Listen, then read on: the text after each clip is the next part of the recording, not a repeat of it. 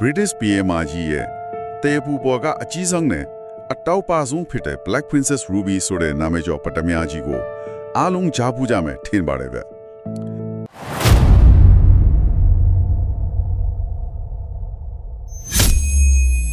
ဒါပေမဲ့အဲ့ဒီပတ္တမြားကြီးကလေတကယ်တော့ပတ္တမြားအဆင့်မဟုတ်ပဲအခြားကြော့တမျိုးဖြစ်နေတယ်ဆိုတာကိုရာစုနဲ့ပေါင်းများစွာကြားပြီးမှသိလိုက်ရတာဆိုရင်ဘလို့နေမလဲစဉ်းစားလာကြည့်ပါတော့ဗျာ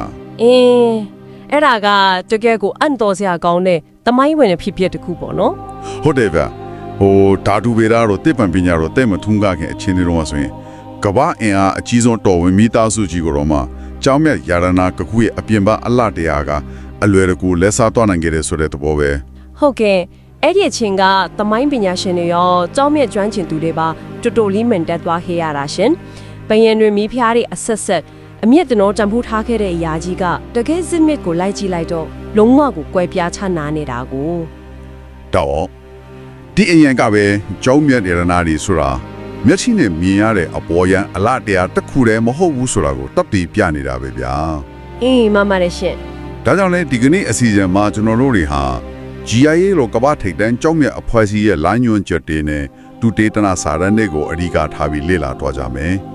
ပြီးတော့Jollis Paris နဲ့ Fierce Links Design ဆိုလိုနေရာတွေကနေထုတ်ဝေထားတဲ့ဆောင်းပါးတွေလည်းပါမယ်ဗျာဟုတ်ကဲ့ပြီးတော့တမိုင်းမတန်းတွေအပြင် NRGA ဆိုတဲ့တဘာဝတင်စားတော့အုပ်ချုပ်မှုဆိုင်ရာ Institute ကထုတ်ပြန်ထားတဲ့မြန်မာကျောင်းမြတ်လုံမနဲ့ပတ်သက်တဲ့အစီရင်ခံစာတွေကိုပါကျမတို့စူးစီးပြီးဆွေးနွေးသွားကြမှာပါဆိုတော့ကျွန်တော်တို့ရဲ့ဒီကနေ့ရည်ရွယ်ချက်က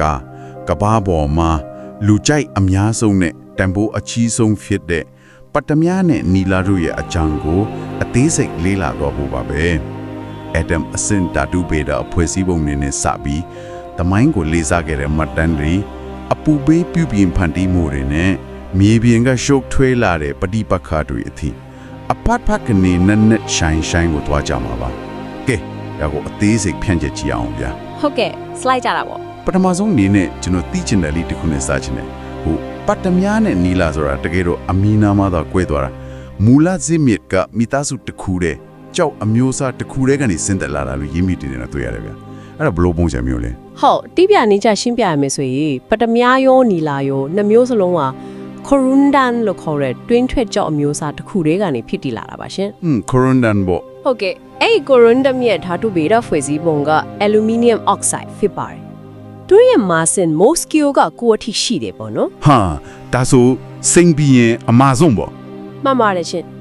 ဆိုလိုတာကကဘာပေါ်မှာစိန်ကမာဆင်ဆဲဆိုတော့စိန်ပြီးရင်သူတို့ကဒုတိယအမာဇုန်တဘာဝတွင်းထွက်တီးဖြစ်ကြတယ်